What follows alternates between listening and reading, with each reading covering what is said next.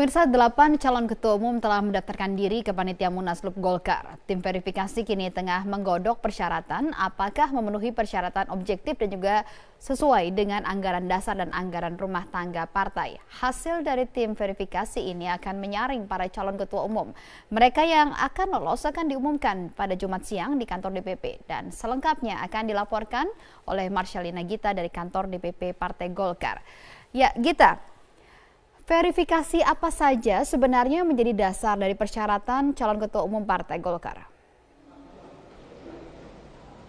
Ada dua persyaratan yang difokuskan dalam proses verifikasi ke-8 nama bakal calon ketua umum Partai Golkar dalam Munaslup kali ini. Persyaratan tersebut adalah persyaratan objektif dan persyaratan subjektif. Untuk persyaratan objektif ini adalah persyaratan yang sudah diatur dalam anggaran dasar rumah tangga partai. Seperti para bakal calon ketua umum Partai Golkar ini sudah aktif dalam keanggotaan partai selama 5 tahun, kemudian juga memenuhi persyaratan PDLT atau prestasi, dedikasi, loyalitas dan tidak tercela serta menyerahkan laporan harta kekayaan negara. Namun masih ada belasan syarat objektif lainnya. Namun yang menarik adalah terkait dengan syarat tidak tercela yang sempat mencuat ini dihapuskan. Namun ternyata berdasarkan pernyataan dari Komite Pemilihan Munaslup Partai Golkar 2016 kali ini menyatakan bahwa tidak dihapus. Namun asalkan para bakal calon ketua umum Partai Golkar ini menyerahkan surat keterangan catatan kepolisian untuk melengkapi berkas. Karena kita ketahui ada salah satu bakal calon ketua umum Partai Golkar, Setia Novanto, yang sebelumnya pernah terjerat terkait dengan kasus pelanggaran kode etik pencatutan nama presiden. Namun berdasarkan pernyataan dari Komite Pemilihan Munaslup 2016 ini menyatakan bahwa tidak ada bukti SKCK yang menguatkan Setia Novanto ini masuk dalam pelanggaran kode etik sehingga dinyatakan Setia Novanto ini bersih. Tidak hanya Setia Novanto, namun untuk 7 bakal calon ketua umum Partai Golkar lainnya dinyatakan untuk syarat objektif ini sudah hampir memenuhi keseluruhan syarat objektif. Sedangkan untuk syarat subjektif ini tergantung pertimbangan secara menyeluruh dari sejumlah aspek. Di antaranya komitmen calon yang tidak akan pindah atau membuat partai baru jika nantinya tidak lolos dalam Munaslup Partai Golkar 2016 kali ini, dan yang paling tersorot adalah sumbangan para bakal calon senilai 1 miliar rupiah. Karena berdasarkan pernyataan dari steering committee atau panitia pengarah,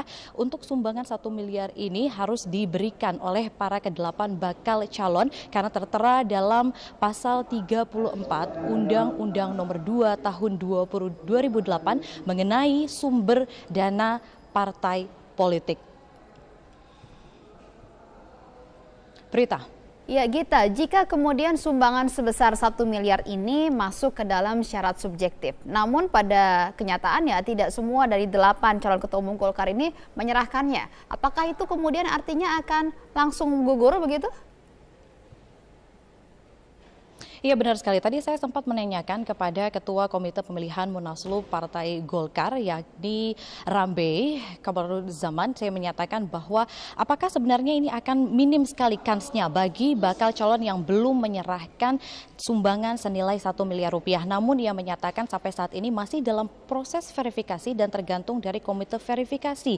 Dan hasilnya ini masih akan kita tunggu hingga pukul 00 waktu Indonesia Barat yang akan diumumkan besok siang tepat pada pukul 14 waktu Indonesia Barat. Namun yang menariknya tadi dinyatakan ternyata panitia pengarah Munaslup Partai Golkar 2016 sampai saat ini masih terus berkomunikasi dengan para bakal calon ketua umum Partai Golkar yang belum memberikan sumbangan 1 miliar rupiah dan masih akan ditunggu hingga pukul 12 siang esok tepat sekali hari Jumat.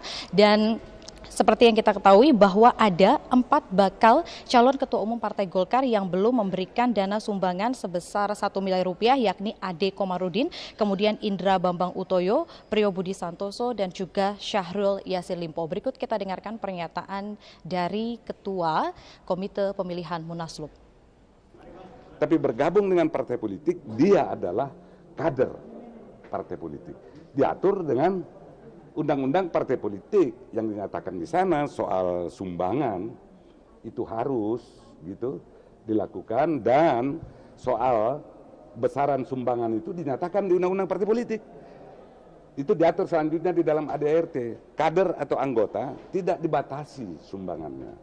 yang paling penting kalau menurut saya di sini, kalau misalnya tidak anggota itu 1 M per tahun. Ya badan usaha itu diatur sedemikian rupa. Jadi yang mengatur itu kita sekarang ikutlah. Kita ikuti seperti itu. Ya, hasil verifikasi ini akan disampaikan besok tepat pada pukul 14 waktu Indonesia Barat di DPP Partai Golkar untuk kita mengetahui siapakah bakal calon ketua umum Partai Golkar yang lolos untuk maju ke dalam Munaslup dan bisa mengikuti untuk memperebutkan kursi ketua umum Partai Golkar 1. Untuk sementara demikian berita, saya kembalikan ke Anda di studio. Baik, terima kasih Marsyalina Gita melaporkan dari kantor DPP Partai Golkar. Pemirsa, ada 7 kandidat yang telah mendaftarkan diri sebagai bakal calon ketua umum Partai Golkar. Meski seluruh kandidat telah menyerahkan berkas persyaratan, ternyata tidak semua sepakat untuk menyetorkan iuran sebesar 1 miliar rupiah kepada panitia pengarah Munaslup. Egit Hapsari akan melaporkan informasi terkini dari kantor DPP Partai Golkar di Selipi, Jakarta Barat. Ya, Egit, siapa saja ke-7 kandidat yang telah mendaftar sejauh ini? Siapa yang kemudian akhirnya menyerahkan uang dan siapa yang kemudian akhirnya menolak untuk menyerahkan uang sebesar 1 miliar?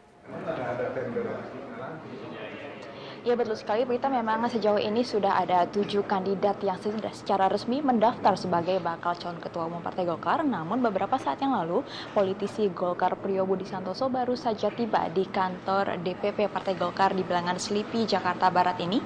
Namun Priyo Budi Santoso belum menyerahkan berkas persyaratan sebagai bakal calon ketua umum Partai Golkar sehingga belum bisa dikatakan resmi mendaftar atau masuk bursa bakal calon ketua umum Partai Golkar, sehingga hingga saat ini hingga pukul 10 malam sudah ada 7 kandidat yang terdaftar dalam bakal caketum Partai Golkar.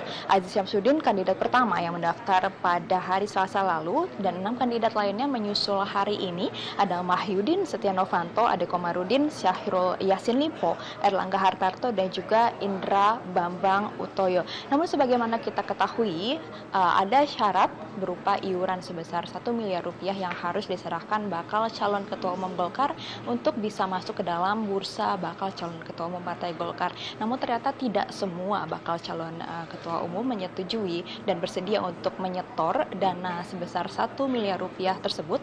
Terbukti dari 7 kandidat yang sudah resmi terdaftar, ada 2 diantaranya yang menolak untuk menggelontorkan dana untuk maju sebagai bakal calon ketua umum. 2 kandidat yang menolak ini adalah Syahrul Yassin Limpo dan juga Indra Bambang Utoyo. Dalam penjelasannya tadi, Syahrul Yassin Limpo menolak menggelontorkan uang 1 sen pun atau sepeser pun kepada panitia Munaslup untuk maju sebagai calon ketua umum karena ia mengaku akan menyumbangkan ideologi dan juga pemikiran sebagai bakal calon ketua umum Partai Golkar. Sedangkan Indra Bambang Utoyo tadi juga menolak untuk menyetorkan uang ini karena dalam visi misinya sendiri ia menyebutkan akan merubah Partai Golkar menjadi partai yang modern, transparan, dan juga bebas dari politik uang. Namun 5 kandidat bakal calon ketua umum lainnya ini ternyata sudah menyerahkan uang sebesar 1 miliar rupiah sebagai iuran kepada Munaslup. Ada diantaranya Setia Novanto,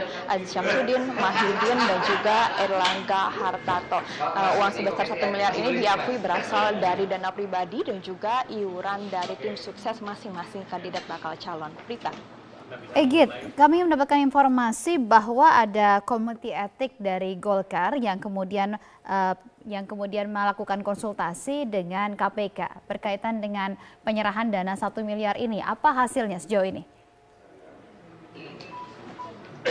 Ya, tadi salah satu anggota dari Steering Committee Munaslup Partai Golkar sempat menanggapi pertemuan antara Komite Etik dari Steering Committee kepada KPK dan akhirnya KPK pun memutuskan untuk melarang adanya iuran 1 miliar ini dalam penyelenggaraan Munaslup Golkar. Namun hal ini dikatakan oleh Andi Sinulinga yang merupakan anggota dari Steering Committee Partai Golkar akan dibicarakan lebih lanjut dalam rapat koordinasi dari Steering Committee Partai Golkar yang diselenggarakan esok hari. Namun ia sendiri menyayangkan pernyataan dari KPK tersebut karena menurutnya KPK seharusnya bertindak sebagai institusi negara yang menyatakan pendapat berdasarkan payung hukum bukannya opini. Berikut adalah pernyataan selengkapnya dari Andi Sinulinga. KPK sebagai lembaga hukum bicara bahwa apa yang dilakukan itu melanggar pasal ini, undang-undang ini, undang-undang itu. Kan harusnya begitu. Sehingga KPK betul-betul menjadi institusi hukum. Bukan seperti pengamat. Ini boleh dikutip. Bukan seperti pengamat. Ya, Berita terkait dengan dua kandidat yang menolak untuk membayarkan iuran 1 miliar rupiah ini, panitia steering komite Munaslup juga akan membahasnya lebih lanjut dalam proses verifikasi yang akan diselenggarakan besok, karena memang dalam ADART ataupun dalam peraturan pendaftaran bakal calon ketua umum memang tidak disebutkan apabila kandidat menolak untuk membayarkan 1 miliar rupiah akan dicoret ataukah tidak. Kita akan tunggu kelanjutannya dan kita akan tunggu juga apakah Priyo Budi Santoso ini merupakan salah satu kandidat yang menolak ataupun menyanggupi membayar iuran 1 miliar rupiah kepada panitia Munaslup. Berita. Baik, jadi kami konfirmasi kembali bahwa sikap Partai Golkar juga belum resmi ya menyatakan apakah kemudian dua bakal calon ketum yang tidak mau membayar ini pasti gugur karena tidak menyerahkan 1 miliar dana yang harus disetorkan. Iya, betul sekali Prita. Kedua bakal calon yang menolak untuk menyetorkan dana sebesar 1 miliar rupiah ini akan kembali dibahas dalam rapat verifikasi, karena memang verifikasi akan langsung dilakukan 1 hari.